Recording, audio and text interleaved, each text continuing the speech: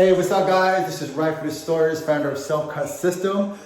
Today I'm going to actually show you guys real quick on how to identify the different angles using our self-cut mirror. So if you guys take a look, you just have to step right into it, and to see the left side of your head, just move your head to the right, and with the right side mirror you can see the left side of your head and also the back. Yeah, a lot of people ask us, can you really see the back of your head? As you can see, seeing is believing. Yes, you can. So if you want to see the other side of your head, do the same exact thing, but it's opposite. So make sure to look at the left side of the mirror to see the right side of your head and also the back. What do you guys think? 360-degree view.